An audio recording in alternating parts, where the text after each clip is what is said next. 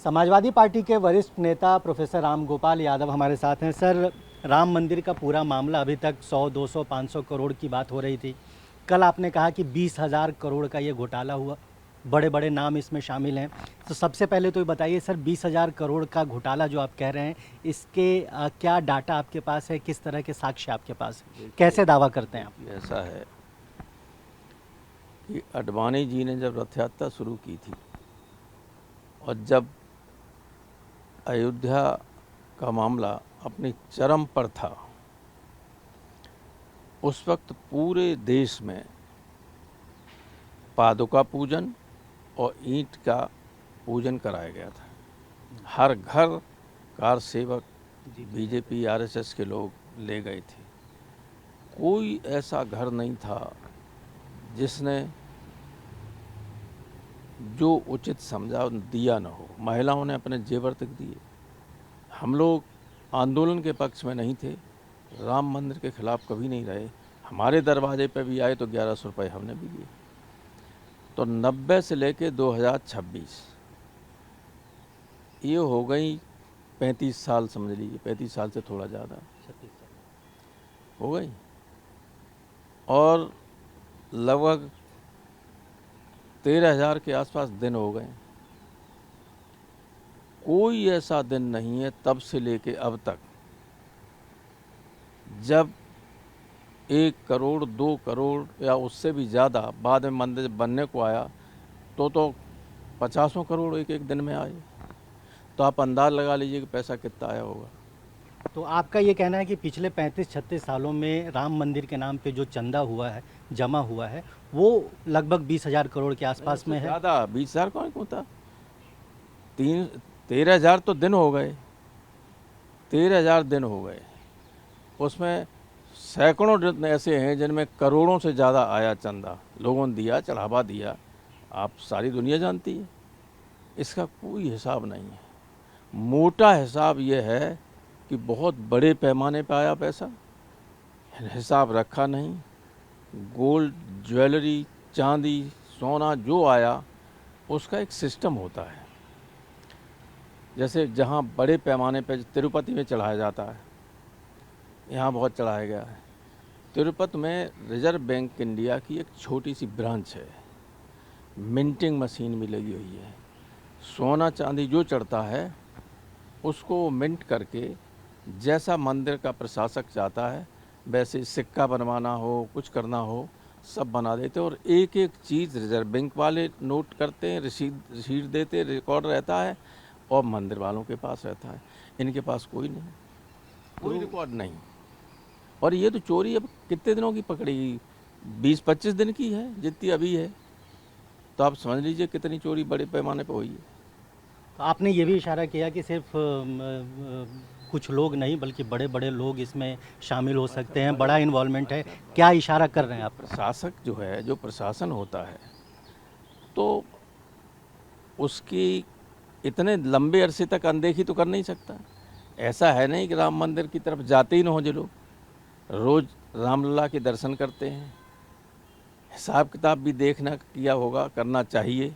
और नहीं किया हुआ तो जिम्मेदारी उनकी, और किया है और चोरी नहीं पकड़ी गई तब भी जिम्मेदारी उनकी है कि नहीं। तो जो उसके देखने वाले हैं सब, वो तो जिम्मेदार हैं ही। लेकिन जो ऐसे ही रख लिए थे टेम्परेरी एम्प्लॉय, सिर्फ उनको गिरफ्तार किया गया है। रखे किसने थे वो, किसकी सिफारिश पर रखे गए थे, क्यों इतनी बड़ी जिम्मेदारी दी गई? एसआईटी ने बताया है कि कैमरा, सीसीटीवी कैमरे को कवर करके चोरी हुई, और जब काउंटिंग होती थी तो कैमरे बंद कर दिए जाते थे। तो ये प्रतिदिन ऐसा होता रहा, और प्रशासक आंख बंद किए अगर बैठे रहे तो आरोप उन पर लगेगा ही। चंपत राय इस पूरे घटनाक्रम के केंद्र में हैं, लेकिन विश्व हिंदू परिषद की ओर से कभी भी को लेकर बहुत साफ बातें नहीं की गई है। एक तरह से ऐसा लग रहा है कि बीएचपी बहुत जनरलाइज कर रही है कि कार्रवाई होनी चाहिए, लेकिन उनका नाम नहीं ले रही है। उनका इस्तीफा भी हो गया, लेकिन अभी भी वो स्वीकार नहीं हुआ है। आपको लगता है कि चंपत राय की भूमिका संदिग्ध है, संदेह के दायरे में है, क्योंकि वो सेंटर में थे पूरे राम मंदिर इस पूरे मामले में?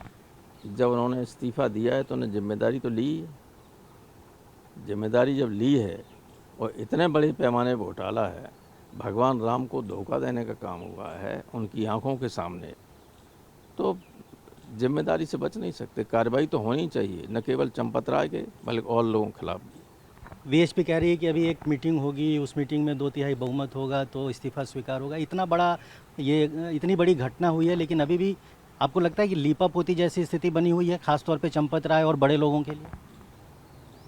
विश्व हिंदू परिषद का कहना है, ये कौन कह रहा है कि ये 2/3 बहुमत से फैसला होगा? ये कुछ खबरें आ रही हैं वहाँ से कि इस तरह की एक प्रक्रिया है, उस प्रक्रिया का पालन होगा। किसकी? विश्व हिंदू परिषद की? किसकी है? मतलब वीएचपी का ये कहना है कि मंदिर का ट्रस्ट का विश्व हिंदू परिषद ही तो है, और क्या है?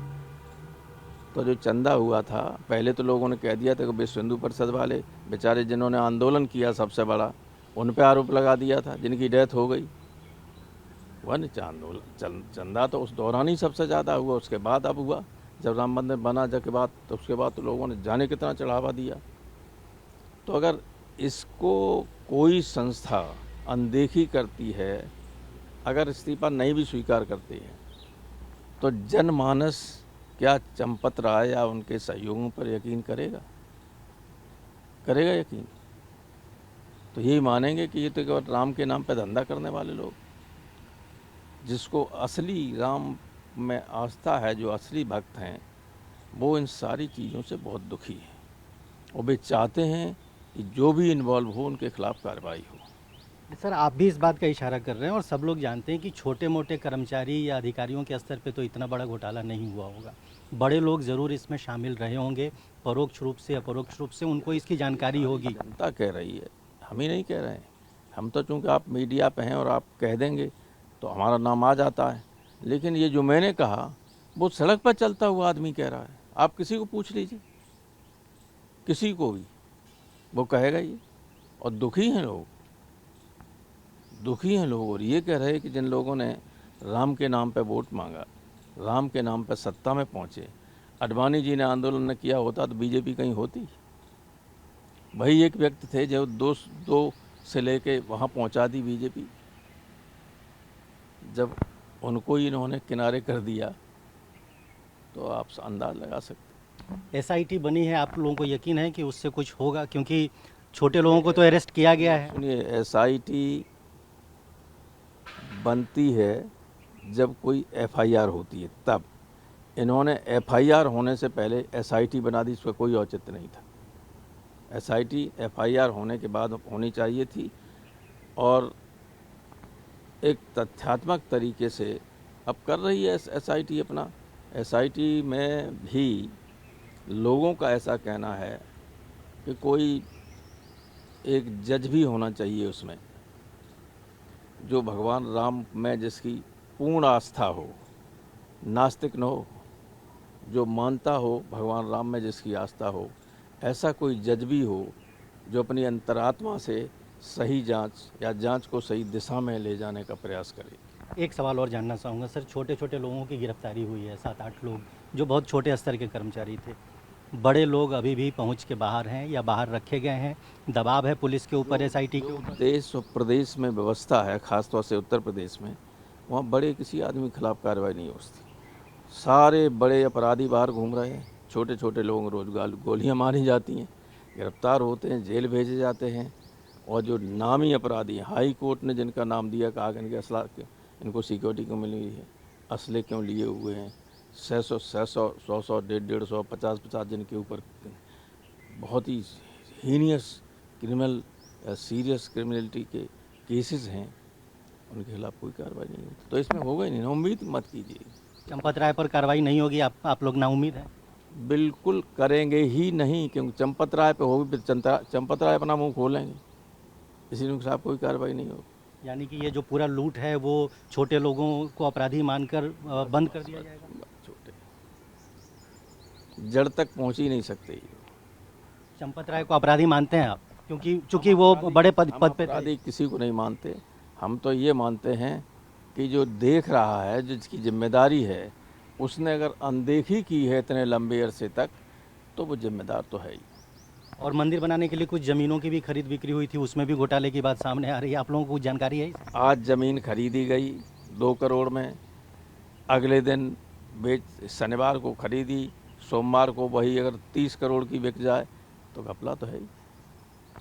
ये पूरा घपला राम भक्ति, राम मंदिर आंदोलन और राम के आस्था को के साथ जो खिलवाड़ हुआ है, उसकी जिम्मेदारी समाजवादी पार्टी के बड़े नेता के तौर पर आप किसकी मानते हैं? राज्य सरकार की, वीएचपी की, ट्रस्ट की, केंद्र सरकार की, किसकी? देखिए, लखनऊ में, इसमें अयोध्या में हो रहा है, तो जो प्रशासक उसके हैं, जो देख रहे हैं, वो जिम्मेदार हैं, और अगर कार्रवाई सही नहीं कर रही है तो फिर उत्तर प्रदेश सरकार भी उसमें लपेटे में आएगी।